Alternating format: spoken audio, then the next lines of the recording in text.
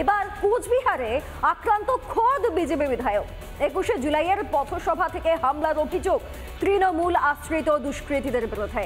ইটের ঘায়ে ভাঙল গাড়ির কাজ। তৃণমূল দুষ্কৃতীদের হাতে আক্রান্ত বিধায়কের সহকারীও। আসন্ন বিধানসভা নির্বাচনে হার নিশ্চিত জেনেই কি বেপরোয়া হামলা শুরু করেছে ঘাসফুল শিবির।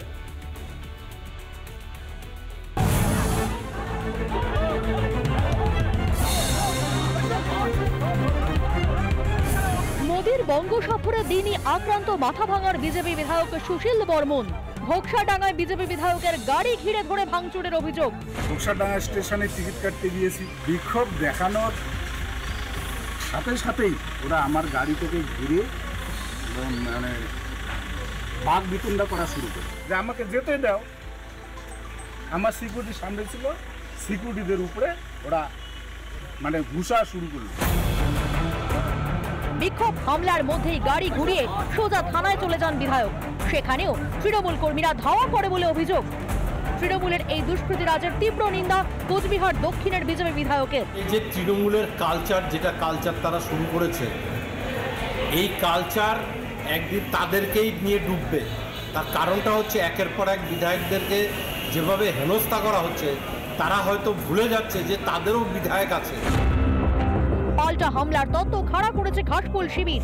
বিধায়ক সুশীল বর্মনকে এলাকার মানুষ, সেখানকার স্থানীয় মানুষেরা এবং দলীয় তৃণমূল কংগ্রেস কর্মীরা প্রশ্ন করেছিল যে চারিদিকে বিজেপি শাসিত রাজ্যগুলোতে আমাদের বাংলার পরিযায়ী শ্রমিকরা আক্রান্ত হচ্ছে, বাংলায় কথা বলছে বলে আপনি বিধায়ক হিসেবে কি ভূমিকা পালন করেছেন বা তাদের জন্যে আপনি কি কর্তব্য করেছেন। তিনি তার সদুত্তর না দিয়ে বরং তার গাড়ি থেকে তার একজন লোক প্ররোচিত করে। হামলার প্রতিবাদে মাথাভাঙা এসডিও অফিসের সামনে বিক্ষোভ বিজেপির। একটাই ওদের ইস্যু কুচবিহার জেলা জুড়ে যে এমএলএর গাড়ি ভাঙচুর করো, কর্মীদের বাড়ি ভাঙচুর করো, কর্মীদের মারধর করো। অর্থাৎ বিজেপিকে তারা ভয় দেখিয়ে বিজেপিকে যে বসিয়ে দেওয়ার একটা চক্রান্ত, এটাই তৃণমূল কংগ্রেস সারা জেলা জুড়ে করছে। ক্ষমতার ঔদ্ধত্যে ধরাকে সরা জ্ঞান করছে ঘাসফুল শিবির। এতদিন সাধারণ মানুষ থেকে বিরোধী কর্মী সমর্থকদের ওপর হামলা চালানোর অভিযোগ উঠেছে শাসক আশ্রিত দুষ্কৃতীদের বিরুদ্ধে। এবার আক্রান্ত হলেন খোদ বিজেপি বিধায়ক। তবে কি ক্ষমতা থেকে সরে যাওয়ার আভাস পেতেই এত মরিয়া হয়ে উঠেছে শাসক দল? রিপাবলিক বাংলা। সকাল 9টা থেকে 11টা কোনো মিছিল নয়। অফিস টাইমে যানজট করা যাবে না। তৃণমূলের 21শে জুলাই সমাবেশ নিয়ে কড়া নির্দেশ হাইকোর্টের।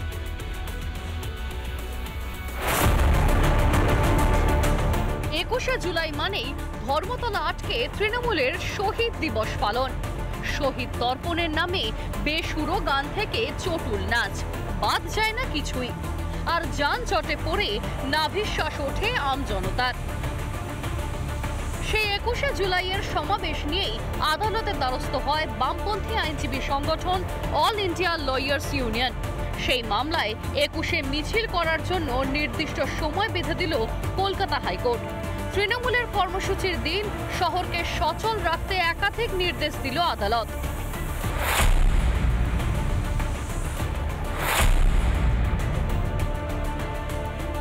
সপ্তাহের প্রথম কাজের দিনে শহরে যাতে যানজট না হয় সেই বিষয়ে নির্দেশগুলি দেওয়া হয়েছে।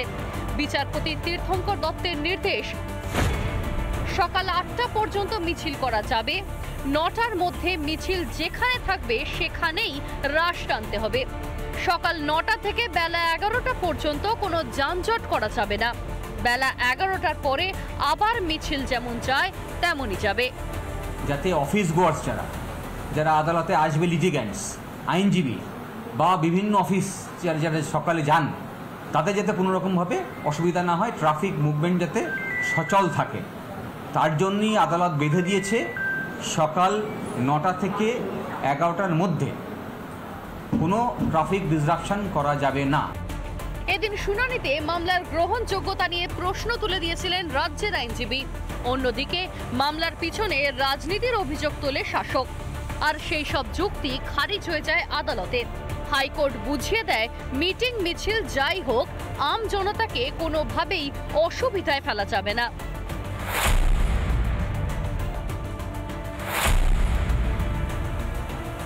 সভা সমিতি করা তো রাজনৈতিক দলের অধিকারের মধ্যে পড়ে, আদালত দেখবে এবং তৃণমূল কংগ্রেস দেখবে, কিন্তু যতদিন তৃণমূল কংগ্রেসের ধর্মতলে সভা হবে ততদিন আমরা আদালতের কাছে যাব, আমরাও ওখানে সভা করব।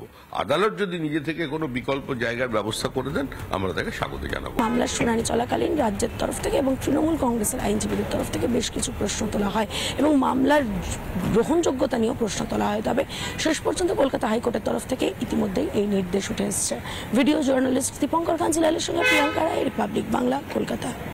নানা ধরনের কন্টেন্ট দেখার জন্য লাইক করুন, শেয়ার করুন আমাদের ফেসবুক পেজ, সাবস্ক্রাইব করুন আমাদের ইউটিউব চ্যানেল।